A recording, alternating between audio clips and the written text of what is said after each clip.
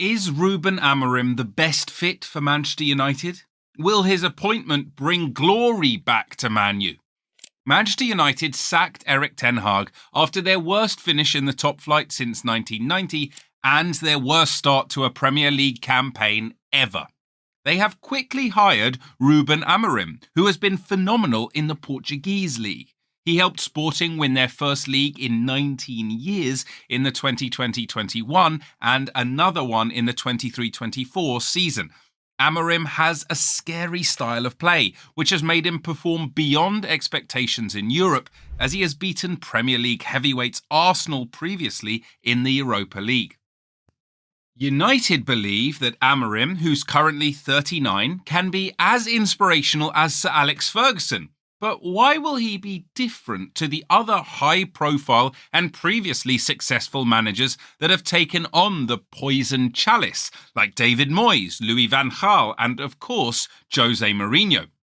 Well, Ruben Amorim has been flirting with becoming a Premier League manager for a while now. He was previously linked to become West Ham's manager a long while ago, and since then, he has been pointed towards as Pep Guardiola's successor at Man City when he leaves in a year or two. But most interestingly, he was very close to becoming Liverpool's manager when Klopp stepped down in January of this year. However, Liverpool eventually chose Arne Slot over him. With all these rumours, Amorim must be an excellent manager, right? Let's find out. Manchester United hired Erik ten Hag after his excellent achievements. He won 3 Dutch league titles, 2 KNVB Cups, and also led the team to the semi-finals of the 2018-19 UEFA Champions League.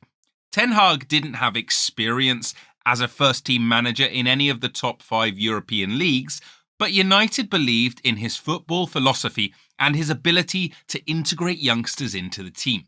Now, Ten Hag failed to live up to expectations, although he did manage to end United's 6-year trophy drought by winning the 2023 League Cup. He also won the 2024 FA Cup versus Premier League winners Manchester City against all odds. With how Ten Hag performed, there is scepticism about Amorim, who is also undoubtedly a big risk, despite breaking Sporting's long trophy drought. The 39-year-old manager has never coached outside of Portugal, which is a European league but is ranked a tier below the Dutch league. Ineos, the co-owners of United, believe that Amorim has the potential to be like Sir Alex Ferguson, who joined the club after managing Aberdeen and finally won United their first league trophy, ending a 26-year wait.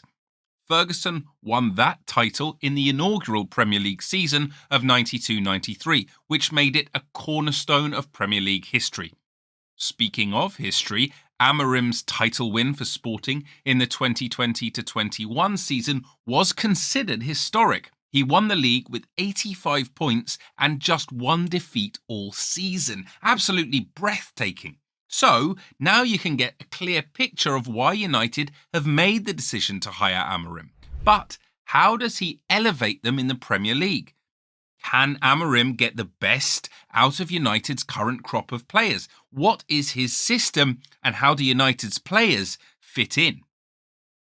Amorim began his career as a coach at 3rd Division Casa Pia in 2018. His rise as a coach has definitely been rapid. He left Casa Pia in January 2019 after being suspended from football for a year for giving instructions during a match without having the necessary coaching badge. Amorim was then appointed as Braga's reserve team coach later that year. However, in January 2020, he received an unexpected promotion to the first team when Braga sacked Ricardo Sapinto. A rookie coach with such a huge responsibility, well, it looked certain he would be dismissed. But Amorim stunned everyone. He went on a crazy winning run that included beating Benfica away. It would be the first time in 65 years that Braga had managed that feat. So Amorim sure does love creating history. In 13 games, he won 10 times and lost twice and drew once. Sporting saw this and they snapped him up by March of 2020. It would be one of the best decisions the club would ever make. Now, will Amorim be the best decision Manchester United will make in recent years? I mean, this wouldn't really be saying much, but still. United have never shied away from supporting a coach with decent players in the transfer window. They have more than adequately backed Ten Hag and signed for him the players that he specifically wanted. Unfortunately, Ten Hag hasn't been able to get the best out of these players. United don't play an easily identifiable style, and it looks like the players don't really fit what he wants to play, or maybe they aren't sure how he wants them to play. Alejandro Garnacho and Marcus Rashford are players who like to operate as inside forwards, but they find themselves keeping more narrow under Ten Hag. Bruno Fernandes, who has built a reputation as a brutal force in attack, has found himself playing much deeper. Casemiro and Manuel Ugarte, who are professionals in the brutal, traditional role of a defensive midfielder where all they have to do is break up play and smash legs, well, they have now been tasked with building up from deep. Even Andre Onana, who loves to start play from the back and can make a defence-splitting long ball as a goalkeeper, finds himself unable to affect play as much. So can Amorim succeed where Ten Hag has failed and get these players to play as a unit? Well, Amorim plays a 3-4-3 that becomes 3-4-2-1, and no, his emphasis isn't on defence first. He loves to play a possession-based yet direct, free-flowing football that allows the team to have as many as 5 players around the opposition box. Yet, the tactics do also prioritise defence. He loves both possession, direct, and transitional play. He encourages his players to press high and also defend deep. It looks confusing, just like Ten Hag's style, but that's what actually makes Amorim scary. His sides are unpredictable. This makes them effective. Now that you have an idea of how he plays, who out of the Man United squad will benefit the most from these new tactics and philosophy? Well, Amorim loves to build up from the back, so he employs a ball-playing goalkeeper, which in United's case will be Andre Onana. Onana is very skilled with his feet on the ball, and he will begin play with the 3 United centre-backs, which, under Amorim, could be Lisandro Martinez, Matthias de Ligt, and Harry Maguire. When Lenny Yoro returns from injury, he would probably rotate with the 3 centre-backs. So in this build-up phase, it would appear as if United are starting up play with 4 players who would bait the opposition's press. Now, for more on Lenny Yoro, subscribe to the channel so you don't miss our video. In the midfield, Amorim plays a double pivot and his 2 wingers tuck into the central attacking positions with the wing-backs stretching play. Amorim doesn't have a certain way of building up. He is a pragmatic manager. The way each player positions on the pitch allows them to either play a settled position game or go direct by making passes to the wing-backs who are usually higher up the pitch. The idea is to be fluid and provide options that will allow Sporting to get better passing angles and beat the opposition press. Amorim's Sporting have a reputation in Europe for being press resistant. They were 3rd behind Manchester City and Inter Milan in the amount of touches on the ball before losing the ball to an opponent. In the 23-24 season, Sporting averaged 74.9 touches before losing the ball to an opposition tackle. In a settled position play, United could be dangerous as, like Sporting, they can decide to speed up or slow down the game. Sporting was so patient that they had over 10 passes before creating a shot action in the 23-24 season and were the team with the most sequence of passes in the Portuguese league. United could be like this, and their double pivot, who could be Casemiro or Ugarte and Eriksen or Mainu, would be key. They would serve as a combination of an enforcer for ball winning and stability as well as creativity. Now, Casemiro or Ugarte will be the ball winners in this setup, and Eriksen or Mainu would be in charge of creativity or energy in Mainu's case and progressing play. Unfortunately, there is an obvious problem.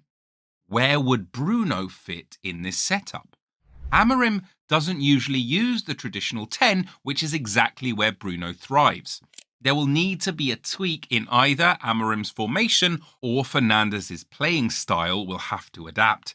Playing deeper really doesn't suit him. So, while he can pair with Casemiro or Ugarte to be the creative player, he will surely better thrive as one of the wingers maybe that tuck into the central areas where he will be close to the striker. But this means he will have dual responsibility. He could drift out wide when the situation calls for it, or tuck into the more familiar central areas. Kevin De Bruyne does something similar for City. Fernandes playing close to the striker is something that Premier League teams should be scared of. The other winger that would tuck inside could be Rashford or Garnacho, but the two of them haven't exactly been super consistent. Now, Amad Diallo and Antony are two other options for the wings, and the four of them are built for this role. What Amorim does with Antony in particular will be very interesting and will likely reveal whether he is actually a useful player or not. These four have the capacity to operate as inside forwards. Now, this isn't the same as what Amorim would want, but it is close. Their closeness with the strikers would allow them to thrive. If Xerxes leads the line for United under Amorim's setup, he would benefit from being close to other attackers, as he has incredible link-up play from his days in Bologna. Højlund is another strike option for Amorim's setup, and his presence will make United more dynamic and more direct. When Sporting signed Gyökeres, they began to play more direct, with the wing-backs looking to play quick passes to him to exploit his speed and strength. The same could be true for Højlund, but the striker has a poacher's mindset. Højlund has the pace to be similar to Gyökeres, so we could see an evolution in how he plays. Fullback Mazraoui could become more important as he's more effective in the final third of a game. He could strike up a relationship with Højlund, just as Nuno Santos was for Gyökeres. Like Mazraoui, this setup could also benefit Diogo Dalot, who can also be effective in the final third despite his horrendous miss the other day. He is decent going forward. Both Mazraoui and Dalot are decent defensively and offensively, so this system could prove to benefit them the most. And of course, Luke Shaw, but he has reportedly suffered yet another setback in his recovery from injury, believe it or not. Speaking about Gyökeres, Amorim may be the one who can get the deal over the line for the excellent striker to finally come to the Premier League, and he would be like another Haaland, someone who's perfect for this new United system. Like if you want to see a video about this player. United will defend with 5 players, with 2 midfielders and the 3 attackers dropping deep. With this, it should be difficult to break United down. This is something that United need, as they have been extremely easy to play through in a lot of their games under Ten Hag. However, this wouldn't be quite the easy deal for United. They have not had a playing identity for a while now, and it could take a while for them to adapt. The stakes are high for Amorim, and he has to hit the ground running. He has to prove to the critics that he has what it takes to turn United around. Can he be the one to lead United to glory? Let us know what you think and subscribe to the channel if you enjoyed this video.